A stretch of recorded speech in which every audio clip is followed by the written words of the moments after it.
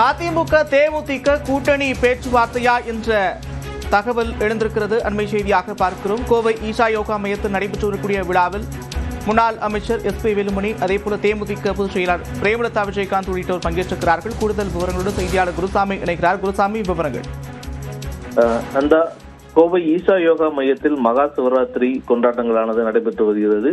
மாலை 6 மணி முதல் இந்த நிகழ்வு நடைபெற்று வரக்கூடிய நிலையில் இந்த விழாவில் சிறப்பு விருந்தினராக மத்திய பாதுகாப்புத்துறை அமைச்சர் ராஜ்நாத் சிங் பங்கேற்றிருக்கிறார்.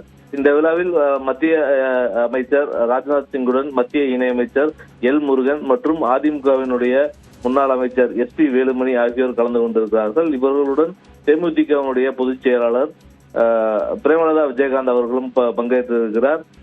இந்த விழாவில் விழாவினுடைய நிகழ்ச்சியில் ஒரே அடுத்தடுத்து இருக்கையில் இவர்கள் அனைவரும் வரிசையாக அமர்ந்திருக்கிறார்கள்.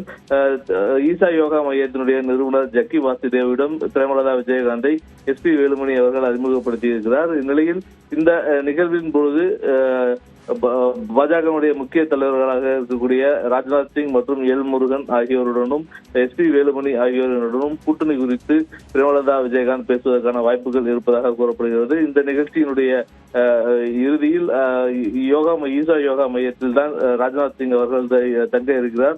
அப்பொழுது இந்த நிகழ்ச்சியினுடைய முடிவில் அவர்கள் அனைவரும் இந்த கூட்டணி குறித்து பேசுவதற்கான வாய்ப்புகள் இருப்பதாக தகவல்கள் வெளியாகி இருக்கிறது. இந்த தேசிய ஜனநாயக கூட்டணியில் தேமுதிக இடம்பெறுமா என்ற ஒரு கேள்வி கடந்த சில வாரங்களாக எழுந்து வந்த நிலையில் இந்த கேள்விக்கு இன்றைய தினம் நடைபெறக்கூடிய ஒரு ஆலோசனை கூட்டத்தில் ஒரு முடிவு எட்டப்படும் என்ற தகவல்கள் வெளியாகி இருக்கிறது.